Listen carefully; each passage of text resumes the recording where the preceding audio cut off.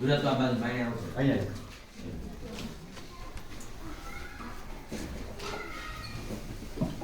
જો બધા માટે એક આનંદ સાથે આરોગ્ય સાથે જોડાયેલો છું, શિક્ષણ સાથે પણ જોડાયેલો છું અને ભગવાન માતાજી અને આપણે તમે જેને માનતા હોય એની કૃપાથી આપણે એટલું કુદરતે આપેલું છે એટલે આપણે એમ કહીએ કે જે બાળકો તમારું અત્યારે જીવન એવું છે ને કે તમને જે રીતે ઘડવા હોય ને એ રીતે ઘડાય. આપણે ખબર છે ને કાચી માટીનું જે માટલું ઘડાતું હોય ને એવી રીતના ઘડાય. એટલે અત્યારે તમને જે અમુક અનુભવો અમને જે કરવા અનુભવો થયા હોય, અમને જે જીવનમાં તકલીફ પડી હોય, તો તમને એક નાની એવી વાત કહી દઉં કે સહેલું કામ છે ને જીવનમાં એ ભણવું છે. એટલે કોઈ એમ કહેતા હોય કે અમને સર આટલું હોમવર્ક આપે છે, અમને આટલું બધું તકલીફ પડે છે, તો અત્યારની તકલીફ કંઈ જ નથી.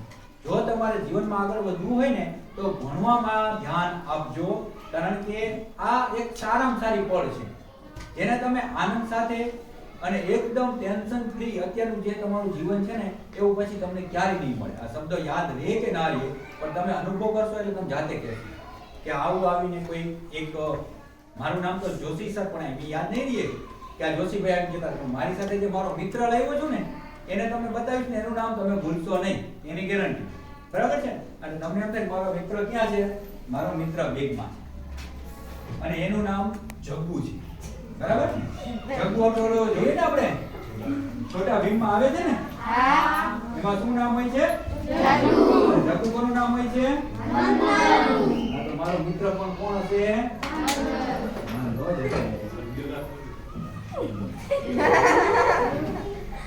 આ છે ને આપણી સંસ્કૃતિ છે, આપણી કળા છે, જેને વિદેશ વાળા ધીમે ધીમે લઈ ગયા. આપણને ખબર છે આપણા ઉપર અંગ્રેજોએ રાજ કર્યું. બરાબર છે? એટલે આપણે કહેવાય કે સોનાની ચીડિયા ભારત છે. તો સોનાની ચીડિયા એટલે કહેવાતી એની પાસે મરી મસાલાથી માંડી બધું હતું અને સંસ્કૃતિ હજી પણ આપણી જો સંસ્કૃતિ છે. તમે કોઈ બહારથી આવે તમે માન આપો, જય શ્રી કૃષ્ણ, જય માતાજી, આ બધી શું છે? આપણી સંસ્કૃતિ. એટલે અંગ્રેજોને જ્યારે આઝાદ થવું હતું ને ત્યારે એને જ કીધું કે ભારત ઉપર આપણે રાજ કરવું હોય ને આમ જો રાજ ટકાવવું હોય તો આ સંસ્કૃતિને આપણે ધીમે ધીમે ભૂલાવો. આ લોકોની સંસ્કૃતિ જશે ને તો આ ગુલામ રહેશે.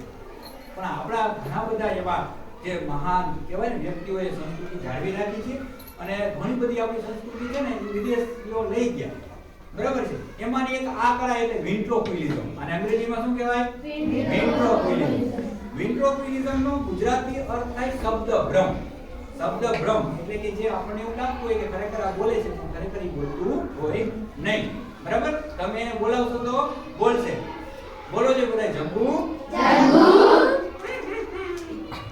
શરમાય છે બધા. આટલા બધાને જોવે છે ને જગ્ગુ બોલાવે છે તને.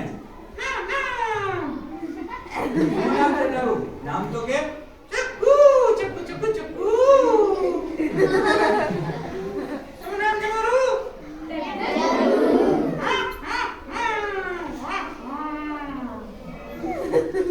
એટલે જગ્ગુ છે ને એની સાથે હું પણ હવે વાતો કરીશ તો તમને ગમશે. કોઈ એવી વાતો જીવનની, આરોગ્યની, શિક્ષણની તમને જીવનમાં કામ આવે. બરાબર? તો અત્યારે સહેલું કામ શું છે? એલા રખડવું નહીં. શું છે સહેલું કામ? બરાબર? ભણજો બધા. ઓકે? હા, બધા ભણજો. અને આરોગ્ય સાથે છે ને આપણે ઘણી બધી નાની નાની બાબતો કાળજી જોડાયેલી છે. બરાબર? તો પહેલા તો આરોગ્ય માટે આપણે મોટી આપણે ખબર બીમારી શું છે? તાવ આવે. તાવ આવે એટલે શું થાય? ઠંડી લાગે. બરાબર? તો તાવ આવે, ઠંડી લાગે એટલે એમાં મોટા ભાગે શું હોય? મેલેરિયા હોય, ડેન્ગ્યુ હોય. બરાબર છે? તો મેલેરિયા અને ડેન્ગ્યુ શેનાથી થાય? આપણે એક સારામાં સારું કામ કરવાનું છે. બરાબર? જે મચ્છરથી બચવાનું છે. મચ્છરથી કેવી રીતના બચી શકાય? તો કે આપણે ફૂલભાઈના કપડા પહેરીએ, સાલ ઓઢીએ. બરાબર છે? અને બને તો મચ્છર અગરબત્તી છે અથવા આપણું છે જે દેશી ઉપચાર શું દેખાય છે બધાને બહાર? લીમડો. હા, લીમડો. લીમડાનો ધુમાડો કરીએ. બરાબર? બારીબારણા બંધ રાખીએ. આપણે મચ્છર બચી શકાય. તો આવી નાની એક આરોગ્યની કાળજી રાખીએ ને તો આપણે ઘણું બધું છે ને ધ્યાન રાખી શકીએ. ઘણા એવા ચેપી રોગ છે. કોઈને ખબર છે ચેપી રોગ એટલે કેવા કહેવાય? અડવાથી થાય. હા, અડવાથી થાય. બરાબર. ચેપી રોગ એટલે કેવા? કોઈને અડકવાથી થાય, કોઈની છીંક ખાવાથી વાયરસ હોય એ આપણામાં આવે. બરાબર છે. તો આવા ઘણા ચેપી રોગો છે. તો એમાં એક તો ચેપી રોગ એટલે કયો? કોરોના જગ્યું. હા, કોરોના. શું છે? કોરોના. અને કોરોના થી તો બધાને અનુભવ છે ને. કોરોના થી કેવું? ખાલી એમ કહેતા કે શું છે? કોરોના. કોરોના છે એટલે આપણે તરત જ ડરી જતા કે આને અડાય નહીં, આનાથી દૂર રહેવાય. કારણ કે એ કેવો રોગ છે? ચેપી. હા, ચેપી રોગ છે. તો ચેપી ઘણા બધા રોગ છે. રક્તપિત્ત હોય, કોરોના હોય, બરાબર, એડ્સ છે. આટલા એક આપણે કહીએ ને શરદી, તો આવી શરદી જેવી જે ઇન્ફેક્શન બીમારી છે ને એ છીંક લાગવાથી, ઉધરસ લાગવાથી થતી હોય. અને એ ઉધરસ એને ખાય અને એની બાજુમાં આપણે બેઠા હોય અને એમાંથી એક છીંક થાય ને એટલે લાખો વાયરસો નીકળે. બરાબર. અને એ વાયરસ આપણા જો શ્વાસમાં પ્રવેશે તો આપણે શું થાય? બીમાર થઈ. હા, બીમાર થાય એટલે શું થાય? આપણે આવી રીતના સૂઈ જાય. બરાબર. આરામની જરૂર પડે, દવાની જરૂર પડે. દવા કેવી લાગે? મીઠી. મીઠી હોય. ક્યારેક આવું કરશે હો, એટલે તમને મજા આવે ને. દવા કેવી હોય? કડવી. અને આપણને ખબર છે કડવી દવા શું કરે? અસર કરે, તાવ ઉતારે, બીમારી દૂર કરે. તો આપણે શિક્ષકો ક્યારેક કડવું કહેતા હોય ને, આપણે ગમે નહીં. મમ્મી પપ્પા પણ આપણે ક્યારેક કડવા વેણો કહેતા હોય, એ આપણને ગમે નહીં.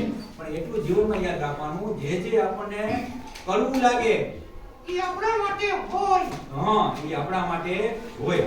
શિક્ષક હોય, મમ્મી પપ્પા હોય, જે કઈ વાતો કહેતા હોય, કડવું લાગે, આપણે માઠું લાગે, આપણે એનાથી એમ થાય કે બસ હવે બહુ થઈ ગયું, આપણો ઈગો હર્ટ થાય. શું કહેવાય? ઈગો એટલે બધાને મોટા ભાગના ઝઘડા થાય. આપણે ક્યાંક ને ક્યાંક આપણે રિસાઈ જાય. એમાં શું હોય? છુપાયેલું ઈગો. અને ઈગો એટલે માણસ કેમ હાલે? ઊંચે ઊંચે. હા, ઊંચે ઊંચે હાલતો. બરાબર. 2 ફૂટ અંદર હાલે. એટલે ઈગો ક્યારેય રાખવાનો નહીં. પેલા એ વાત કીધી છે એ કોના માટે છે? આપણા માટે. હા, આપણા માટે હોય. અને એ વાત છે ને આપણા જીવનમાં સુધારો લાવતી હોય. બરાબર છે. તો જીવનમાં પણ આરોગ્યથી બચજો. શિક્ષણ મળે છે ત્યાં સુધી શિક્ષણ લઈ લો. આટલું બધું સારું વાતાવરણ મળેલું છે, શિક્ષકોનું ગાઈડન્સ મળે છે. અમારો સમય અમે એવી સ્કૂલો, એવી શાળામાંથી, ગામડામાંથી બિલોંગ કરી છીએ કે જેમાં ખરેખર એવા બિલ્ડિંગ પણ નહોતા. 2001માં ભૂકંપ વખતની વાત છે કે નહીં બિલ્ડિંગ, નહીં પૂરતા શિક્ષકો. અને ક્યાંક અમારે છે તો ગાઈડન્સ, માર્ગદર્શન મળેલું નથી, એટલે અમે ક્યાંક હજી પાછળ છીએ. બરાબર છે. જેટલું મળવું જોઈએ એટલું અમને મળ્યું નથી. તો આમાં શું ભાગ ભજવે છે? વાતાવરણ. હા, વાતાવરણ. તો વાતાવરણ છે એ ભાગ ભજવે છે. અને બીજું મહત્વનું શું છે? મહેનત. હા, મહેનત. મહેનત કોને કરવી પડશે? તમારે બધાએ મહેનત કરવાની છે. વાતાવરણ તમને મળે છે, બધા આગળ વધજો, ખૂબ ધ્યાન રાખજો. અને શું કરવાનું? પ્રગતિ કરજો. જેટલો તમે પ્રગતિના પંથે હશો અને તમે યાદ કરશો. કોને યાદ કરશો? મને. તને કેમ યાદ કરે? મને યાદ નહીં કરો તમે? બોલો તો મારું નામ શું છે? મારું નામ તો અડધાને જ યાદ રહ્યું. આનું નામ શું છે? મેં કીધું હતું ને મારું નામ યાદ નહીં રહ્યું. કોનું નામ યાદ રહેશે? એટલે ખરેખર શિક્ષણમાં આ રીતે થોડું મારા પ્રયોગો દ્વારા કુદરતની થોડી ભેટ છે એના માટે. અને મારા અનુભવ થકી હું એમ કહું છું કે તમારે આરોગ્યથી બચવું હોય ને તો ક્યાંક કાળજી રાખજો, શરીરની સ્વચ્છતા રાખજો, નખ કાપજો. અને શિયાળો છે તો ટોપી, મફલર ને બધું. જય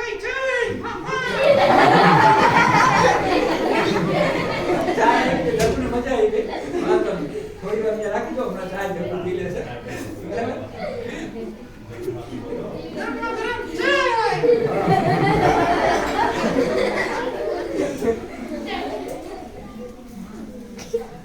બરાબર. આપણે કહેવાય છે ને કે राम राज में घी मिला, कृष्ण राज में माखन. राम राज में घी मिला, कृष्ण राज में माखन. कलयुग में तो चाय मिली, મુખ મારીને પીવાની. બરાબર છે. એટલે ચા ખરેખર કળિયુગનું આપણે કે સોનું છે. અને આપણે કોણ આપતા ગયા ખબર છે? અંગ્રેજો. આ અંગ્રેજોનું પીણું છે એ આપણને આપતા ગયા.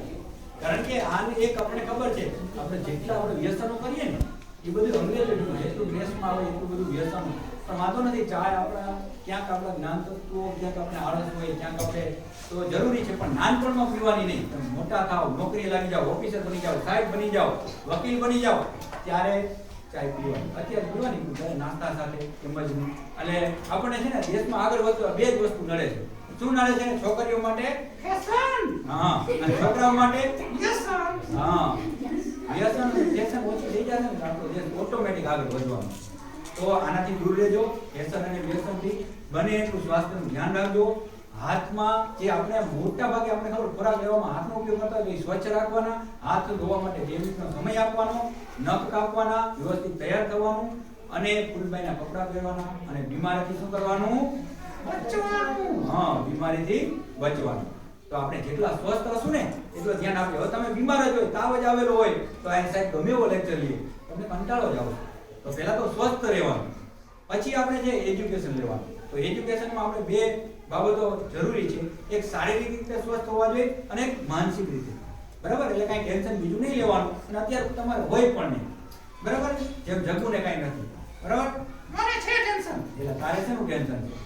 બરાબર? એને કાંઈ ટેન્શન છે નહીં. એવું ના, તમારે પણ અત્યારે કંઈ જવાબદારી બીજી નથી. તો હોમવર્ક કરો, ભણો, ખૂબ આગળ વધો. જગ્ગુ એક છેલ્લે સંદેશો આપી દે અને એ સંદેશાને તમે અમલ કરજો. मेहनत इतनी खामोशी से करो कि आपकी सफलता शोर मचा दे। Best of luck, best of luck, best of luck. ચાલો, થેન્ક યુ. આભાર સાહેબ. મજા આવી ને? હા, આપણી કળા છે ભત્રીપુત્રા કહીએ, આપણે વિન્ટ્રોક્વિલિઝમ કહીએ. આપણે વિદેશવાળા લઈ ગયા વિન્ટ્રોક્વિલિઝમ નામ આપ્યું છે. અને આ કળાનો ઉપયોગ થકી નવા પ્રયોગો થાય, તમને પણ મજા આવે, તમને કંઈક નવું યાદ રહે. મેં તમને કીધું 2 દિવસ પછી મારું નામ ભૂલી જશો પણ આનું નામ નહીં ભૂલો. શું નામ છે આનું?